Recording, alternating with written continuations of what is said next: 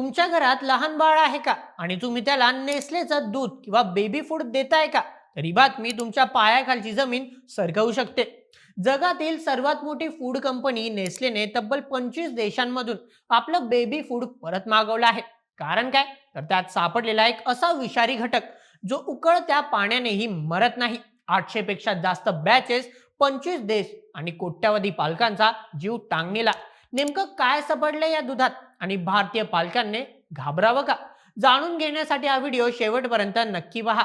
नमस्कार, मी नील सोनार. तुम्ही पाहत आहात बोल एमएच. लहान मुलांचं आरोग्य हा कोणत्याही आई बाबांसाठी सर्वात संवेदनशील विषय असतो. आपण डोळे झाकून नेसले सारख्या ब्रँड्सवर विश्वास ठेवतो. नॅन असो किंवा सेरेलॅक ही नावं आपल्या घराचा भाग झाली आहेत. पण 7 जानेवारी 2026च्या रिपोर्टने संपूर्ण जगात खळबळ उडवून दिली आहे. नेस्ले कंपनीने इतिहासातील आपला सर्वात मोठा रिकॉल जाहीर केला आहे. रिकॉल म्हणजे बाजारात आलेला माल परत मागवणे. एक दोन नव्हे तर 25 देशांमध्ये संकट उभं राहिलंय. नेमकं काय झालंय? कंपनीने हे पाऊल का उचललं आणि ज्या सेरेलॉइड नावाच्या विषाची चर्चा होते ते नक्की काय आहे? सर्वात आधी बातमी समजून घेऊया. लंडन आणि वॉशिंग्टन मधून आलेल्या माहितीनुसार नेस्लेने त्यांना इन्फंट न्यूट्रिशन म्हणजेच लहान मुलांचे दूध आणि आहार या श्रेणीतील उत्पादकांच्या काही विशिष्ट बॅचेस परत मागवल्या आहेत. नेस्लेच्या उत्पादकांमध्ये वापरल्या जाणाऱ्या कच्च्या मालामध्ये तांत्रिक बिघाडामुळे काही दूषित घटक मिसळले गेले आहेत.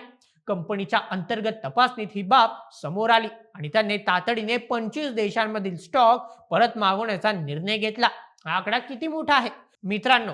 नेस्लेच्या एसएमए, नॅन आणि बीबा या 3 प्रमुख ब्रँडच्या तब्बल 800 पेक्षा जास्त बॅचेस या रिकॉलमध्ये समाविष्ट आहेत.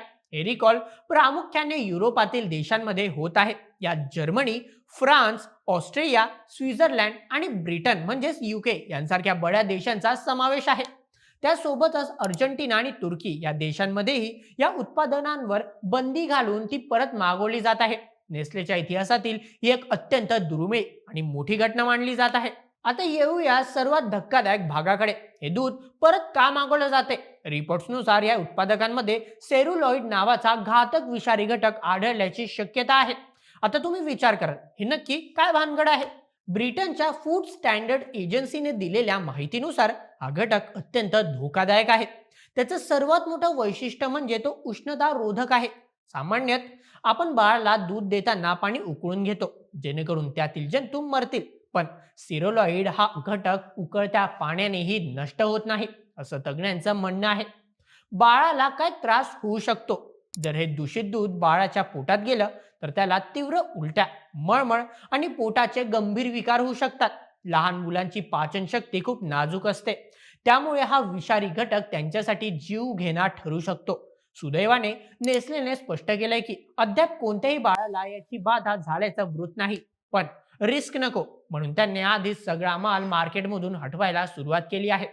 आता तुमचा महत्वाचा प्रश्न, आमचं दूध सुरक्षित आहे का? या रिकॉलमध्ये प्रामुख्याने 3 ब्रँडची नावं समोर आली आहेत.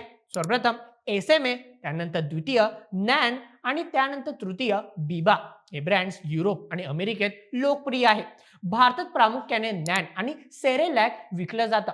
सध्या तरी भारताचं नाव या 25 देशांच्या यादीत स्पष्टपणे आलेले नाही. मात्र जे पालक इम्पोर्टेड किंवा परदेशातून मागवलेले नेस्लेचे बेबी फूड वापरत असतील त्यांनी जास्त सावध राहण्याची गरज आहे. पालकांनी काय करायचं?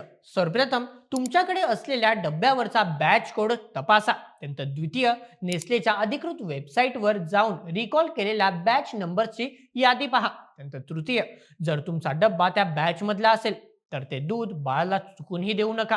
आणि मग कंपनीने असे डब्बे परत करणाऱ्या ग्राहकांना पूर्ण पैसे परत देण्याचं जाहीर केलं आहे. हे संकट जरी परदेशात असलं तरी आजच्या ग्लोबल मार्केटमध्ये उत्पादने एका देशातून दुसऱ्या देशात सहज येतात. त्यामुळे भारतीय पालकांनीही सतर्क राहिलेलं बरं. मित्रांनो, अन्न सुरक्षा आणि त्यातही लहान मुलांच्या अन्नाची सुरक्षा हा विषय तडजोड करण्यासारखा नाहीच. नेस्ले सारख्या मोठ्या कंपनीकडून झालेली ही चूक किंवा त्यांनी वेळीच दाखवलेली तत्परता याला तुम्ही कसं बघता? एकीकडे कच्च्या मालात झालेलं बिघाड मान्य करून त्यांनी 800 बॅचेस परत मागवल्या, हे जबाबदार पाऊल आहे. पण दुसरीकडे एवढ्या मोठ्या कंपनीच्या क्वालिटी कंट्रोल मधून सेरेलॉइड सारख्या घटक पास कसा झाला हा प्रश्नही अनुत्तरित आहे. तुम्हाला काय वाटतं?